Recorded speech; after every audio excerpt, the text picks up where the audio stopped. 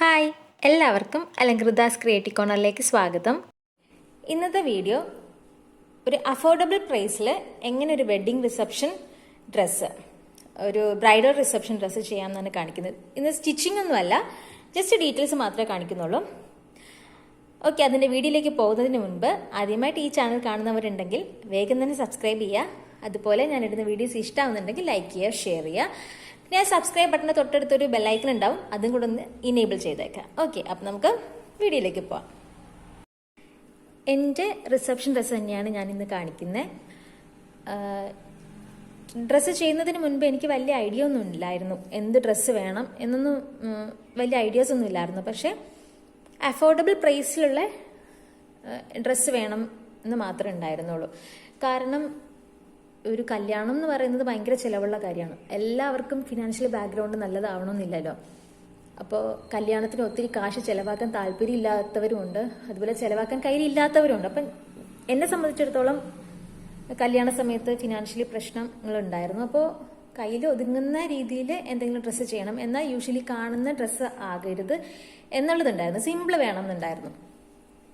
അപ്പോൾ കുറേ ഡ്രസ്സിൻ്റെ കാര്യങ്ങൾ ചിന്തിച്ചായിരുന്നു. ലാച്ച വേണോ, അല്ലാതെ നാടനായിട്ടുള്ള എന്തെങ്കിലും ഡ്രസ്സ് വേണമെന്നൊക്കെ. ഞാൻ എൻ്റെ എൻഗേജ്മെൻറ്റ് ഡ്രസ്സ് ഞാൻ മുമ്പ് കാണിച്ചിട്ടുണ്ടായിരുന്നു. അപ്പോൾ അതും നല്ല നാടൻ ഡ്രസ്സൊന്നും അല്ലായിരുന്നു.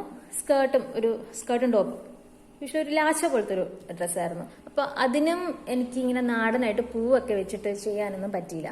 അപ്പോൾ എന്നാൽ റിസപ്ഷൻ അങ്ങനെ ചെയ്താലോ എന്നൊരു ആലോചന വന്നു. നാടനായിട്ടൊന്ന് ഒരുങ്ങിയാലോ, ബ്രൊക്കേഡ് ടൈപ്പിൽ എന്തെങ്കിലും ഡ്രസ്സ് ഇട്ടാലോ, അല്ലെങ്കിൽ ഒരു സിമ്പിളായിട്ടുള്ളൊരു സെറ്റ് മുണ്ടോ സെറ്റ് സാരിയോ അതിൻ്റെ കൂടെ ഒത്തിരി വർക്കുള്ള ഒരു ബ്ലൗസൊക്കെ ഇട്ട് പൂവൊക്കെ വെച്ച് നിന്നാലോ എന്നൊരു ഐഡിയ ആലോചിച്ചു. പക്ഷേ എൻ്റെ അനിയൻ സമ്മതിച്ചില്ല. അവന് ഞാൻ കുറച്ച് മോഡേൺ ആയിട്ടുള്ള ഡ്രസ്സ് തന്നെ റിസപ്ഷൻ ഇടണം എന്നായിരുന്നു. എന്നാൽ എന്ത് വേണം എന്നുള്ളത് ആലോചിച്ചു. പക്ഷെ അത് റീയൂസ് ചെയ്യാൻ പറ്റുന്ന സിമ്പിൾ ഡ്രസ്സായിരിക്കണം. അങ്ങനെ എനിക്ക് പിങ്ക് ആഷ് കോമ്പിനേഷനിൽ എന്തെങ്കിലും ഡ്രസ്സ് വേണമെന്നായി. എൻ്റെ ബ്രൈഡ് മെയ്ഡ്സിനും അത് വേണം എന്നായിരുന്നു. പക്ഷേ അവരെടുത്തപ്പോൾ പിങ്ക് എന്നുള്ളത് പിന്നെ മജന്തയാക്കി. പക്ഷെ ആഷ് കളർ തന്നെയായിരുന്നു ടോപ്പിന്. അപ്പോൾ ഈ ഒരു കളർ കോമ്പിനേഷനിൽ എന്തെങ്കിലും ഡ്രസ്സ് ചെയ്യണം എന്നായിരുന്നു. അങ്ങനെ ആലോചിച്ചപ്പോഴാണ് എനിക്ക് റീയൂസ് ചെയ്യാൻ പറ്റുന്നത് ഈ ഒരു രീതിയിൽ ചെയ്താൽ റീയൂസ് ചെയ്യാൻ പറ്റുമെന്നുള്ളത് എനിക്ക് തോന്നി. ഒരു ഗൗൺ സ്റ്റിച്ച് ചെയ്യുക, അതിൻ്റെ മേലെ ഒരു കോട്ട്. അപ്പോൾ ഈ കോട്ട് എനിക്ക് സെപ്പറേറ്റ്ലി വേറെ ഡ്രസ്സിൻ്റെ കൂടെ യൂസ് ചെയ്യാം. അതുപോലെ ഇത് മാത്രമായിട്ട് എനിക്ക് യൂസ് ചെയ്യാം. അപ്പോൾ ഇത് ചെയ്ത് കഴിഞ്ഞാൽ വെറുതെ ആവില്ല, വെറുതെ അലമാരിയിൽ മടക്കി വെക്കേണ്ടി വരില്ല, എനിക്ക് റീയൂസ് ചെയ്യാം. അപ്പോൾ അങ്ങനെ വിചാരിച്ചിട്ട് ഞാൻ ഷോപ്പിൽ പോയി മേടിക്കാമെന്ന് വിചാരിച്ചു. എന്ത് മെറ്റീരിയൽ വേണം എന്നുള്ള ഐഡിയ ഒന്നും ഇല്ലായിരുന്നു. ഈ രണ്ട് കളർ കോമ്പിനേഷൻ വേണം എന്ന് മാത്രമേ ഉണ്ടായിരുന്നുള്ളൂ. അപ്പം അങ്ങനെ ഞാൻ പോയി മെറ്റീരിയൽസ് നോക്കി. ഇപ്പം ഈ ഗൗണിൻ്റെ മെറ്റീരിയലിൻ്റെ ഡീറ്റെയിൽസ് പറയാം. ഇതൊരു സെമി സിൽക്ക് മെറ്റീരിയലാണ്. ഇതിന് മീറ്റർ 200 സംതിങ് രൂപ ഉണ്ടായിരുന്നുള്ളൂ. കുറച്ച് ഗ്ലേസിംഗ് ഉള്ളൊരു മെറ്റീരിയലാണ്. ഭയങ്കര ക്വാളിറ്റി മെറ്റീരിയൽ ഒന്നും അല്ല, എന്നാൽ ചീപ്പ് മെറ്റീരിയലും അല്ല. ഇത് നമ്മൾ ഒക്കേഷണലി മാത്രമേ ഇനി യൂസ് ചെയ്യത്തുള്ളൂ. അപ്പോൾ പിന്നെ എന്തായാലും ഡെയിലി യൂസ് അല്ലല്ലോ. അപ്പോൾ കുറച്ച് ക്വാളിറ്റി മതി, എന്നെ സംബന്ധിച്ചിടത്തോളം ഈ ഒരു ക്വാളിറ്റിയിലുള്ള ഡ്രസ്സൊക്കെ മതി എന്ന് വിചാരിച്ചു. അങ്ങനെ ഞാനിത് 5 മീറ്റർ മേടിച്ചു. ഒരു 3/4 കൈയൊക്കെയാണ് വെച്ചത്. കൈ വേണോ സ്ലീവ് വേണോ എന്നുള്ളത് ആലോചിച്ചു. കാരണം കോട്ടിൽ ഓൾറെഡി കൈ വെക്കുന്നുണ്ട്. പക്ഷെ എന്നാലും എൻ്റെ കൈക്ക് കുറച്ച് വണ്ണം ഉണ്ടായിരുന്നു ആ ടൈമിൽ. അപ്പോൾ അതുകൊണ്ട് ഞാൻ സ്ലീവ് വെച്ചേ. ഒരു ബോട്ട് നെക്കാണ്, ഒത്തിരി കയറിയിട്ടല്ല, ഒരു 5 ഇഞ്ചിലെ ഇറക്കത്തിൽ ഒരു ബോട്ട് നെക്കാണ് ചെയ്തത്. ബാക്കിൽ സിബ് വെച്ചിട്ടുണ്ട്, പിന്നെ കെട്ടുണ്ട്. അപ്പോൾ ഇതിൻ്റെ അടിയിൽ 3 ലൈനിങ് വരുന്നുണ്ട്.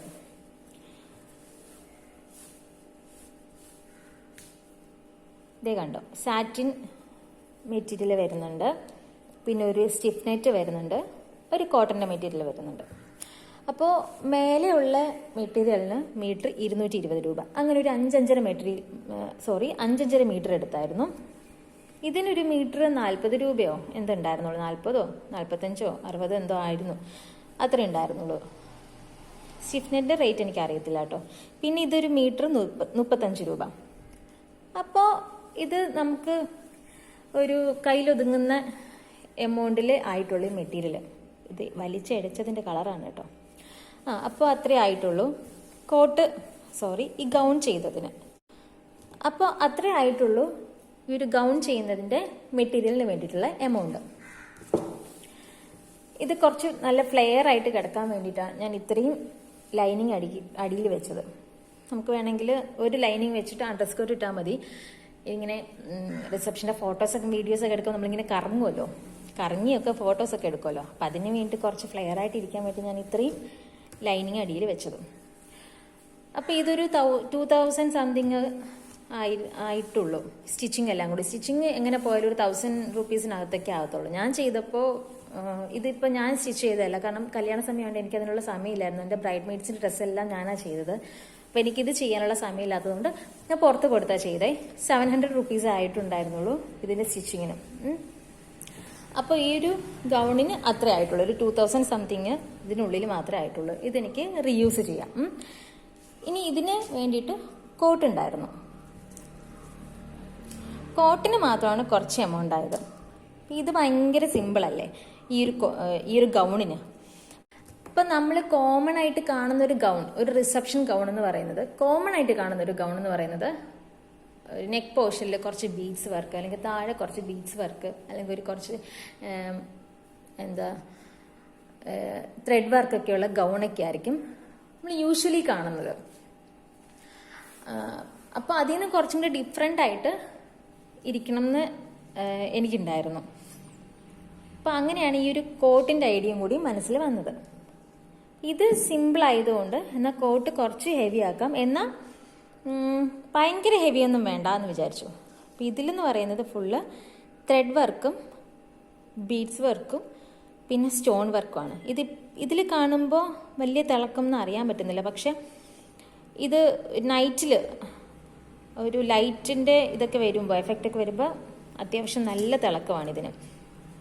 രാവിലെയുള്ള ഫംഗ്ഷനൊന്നും ഇടാൻ പറ്റത്തില്ല കേട്ടോ. വൈകുന്നേരം ഉള്ള എന്തെങ്കിലും ഫംഗ്ഷനൊക്കെ ഇത് പിന്നെ യൂസ് ചെയ്യുകയാണെന്നുണ്ടെങ്കിൽ നല്ലതായിരിക്കും. അപ്പോൾ ഇത് അത്യാവശ്യം വെയിറ്റൊക്കെ ഉണ്ട്. ഇതിന് സ്റ്റിച്ച് ചെയ്യുന്നത് എങ്ങനെ പോയാലും ഒരു 300-നകത്തൊക്കെ വരത്തുള്ളൂ. സെയിം ഗൗണിൻ്റെ നെക്കിൻ്റെ ഇറക്കം എങ്ങനെയാണ് വെച്ച് അത് തന്നെയാണ് വെച്ചത്. ഇതിൻ്റെ ഇടയ്ക്ക് ഒരു ബട്ടണൊക്കെ കൊടുത്തിട്ടുണ്ട്. 3/4 സ്ലീവ്. അപ്പം ഇതിൻ്റെ നമ്മുടെ ഗൗണിൻ്റെ ഒരു മേൽഭാഗം ഉണ്ടല്ലോ, അത് എവിടം വരെയാണ് ഇറക്കം വന്നിരിക്കുന്നത്, അതിൻ്റെ കറക്റ്റ് ഇറക്കം തന്നെയാണ് ഈ ഒരു കോട്ടിന് വന്നത്. അപ്പോൾ ഞാൻ ഇതെങ്ങനെ റീയൂസ് ചെയ്യുന്നതെന്ന് വെച്ചാൽ, എനിക്കിത് മാത്രമായിട്ട് സിംഗിളായിട്ട് ഈ ഗൗൺ യൂസ് ചെയ്യാം. ഈ കോട്ട് എനിക്ക് ഏതെങ്കിലും കുർത്തിയുടെ കൂടെ, ഇതിനിപ്പോൾ 2-3 കളറുണ്ട്.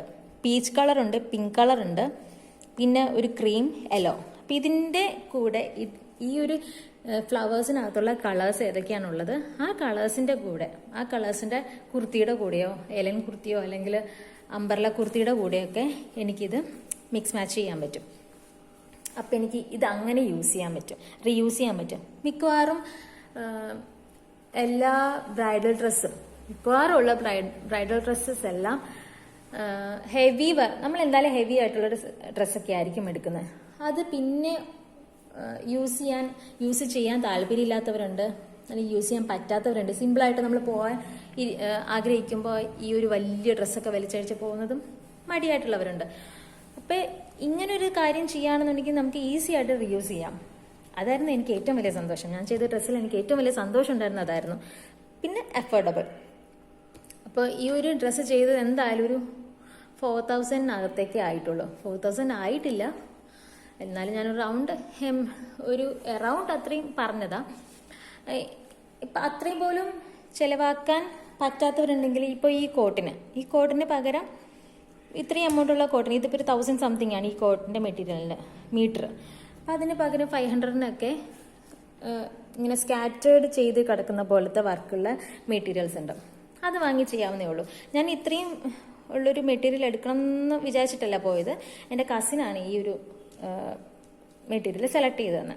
പുള്ളിക്കാരിയാണ് പറഞ്ഞത്, ഇതിന് ഭയങ്കര സിമ്പിളല്ലേ, അപ്പോൾ കോട്ട് കുറച്ചും കൂടി വർക്കായിട്ടിരിക്കട്ടെ എന്ന് വിചാരിച്ചു. ഇത് സ്റ്റിച്ച് ചെയ്യാൻ ഭയങ്കര പാടാം, കാരണം സ്റ്റോണൊക്കെ ഉള്ളതുകൊണ്ട് സ്റ്റിച്ച് ചെയ്യാൻ കുറച്ച് പാടാം, നമ്മുടെ സൂചിയൊക്കെ ഒടിയും. പക്ഷേ എന്നാലും കുഴപ്പമില്ല. ഇപ്പോൾ ഒരു ബൊട്ടീക്കിലൊക്കെ പോവുകയാണെന്നുണ്ടെങ്കിൽ നമ്മൾ എടുക്കുന്ന അത്യാവശ്യം നല്ല വർക്കുള്ള ഡ്രസ്സൊക്കെ കിട്ടും. അപ്പം എല്ലാവർക്കും അത് ബൊട്ടീക്കിലൊന്നും പോയി അത്രയും എമൗണ്ടുള്ള ഡ്രസ്സൊന്നും എടുക്കാനായിട്ട് പറ്റത്തില്ല. പിന്നെ നമ്മൾ ഷോപ്പിൽ പോകുമ്പോൾ റിസപ്ഷൻ ഡ്രസ്സ് കാണുന്നത് കൂടുതലും വെൽവെറ്റിൻ്റെ ലാച്ച, മറ്റേ സ്റ്റോൺ വർക്കൊക്കെ വരുന്ന ലാച്ച, പിന്നെ ഇങ്ങനെ നെക്കിൽ വർക്കൊക്കെ വരുന്ന ഗൗൺ. ഇതുപോലെ കുറച്ചും കൂടി ഡിഫറെൻ്റ് ആയിട്ട് നമ്മൾ ചെയ്യുകയാണെന്നുണ്ടെങ്കിൽ റീയൂസ് ചെയ്യാൻ ബെറ്റർ അല്ലേ. നമുക്കിഷ്ടമുള്ള മെറ്റീരിയലിൽ, നമുക്കിഷ്ടമുള്ള കളറിൽ, നമ്മുടെ കയ്യിൽ ഒതുങ്ങുന്ന എമൗണ്ടിൽ നമുക്ക് ചെയ്യാൻ പറ്റുന്നതാണ് ഏറ്റവും നല്ലത്. അങ്ങനെയാണ് ഞാൻ എൻ്റെ ഒരു ഐഡിയ യൂസ് ചെയ്തിട്ട് ഞാനിത് ചെയ്തത്. അപ്പം ഞാൻ ഇന്ന് ഈ ഒരു വീഡിയോ ചെയ്യുന്നത് എന്തിനാന്ന് വെച്ചാൽ, ഇങ്ങനെ ഫിനാൻഷ്യലി ഒത്തിരി ഇല്ലാത്തവർക്കും, അതുപോലെ ഇത്രയും കാശൊന്നും ഒരു ബ്രൈഡൽ ഡ്രസ്സിന് വേണ്ടി കളയാൻ ഇൻട്രസ്റ്റ് ഇല്ലാത്തവർക്കും യൂസ്ഫുൾ ആകുമെന്ന് വിചാരിച്ചിട്ടാണ് ഞാൻ ഈ ഒരു വീഡിയോ ചെയ്യാമെന്ന് വിചാരിച്ചത്. ഓക്കെ, അപ്പോൾ നിങ്ങൾക്ക് യൂസ്ഫുൾ ആയിട്ടുണ്ടെങ്കിൽ അല്ലെങ്കിൽ ഇഷ്ടപ്പെട്ടിട്ടുണ്ടെങ്കിൽ ലൈക്ക് ചെയ്യുക. അതുപോലെ ഇനി ഇടുന്ന വീഡിയോസ് കാണാം. ഓക്കെ, അപ്പോൾ നമുക്ക് അടുത്ത വീഡിയോയിൽ കാണുന്നവരെ ടേക്ക് കെയർ, ബൈ ബൈ.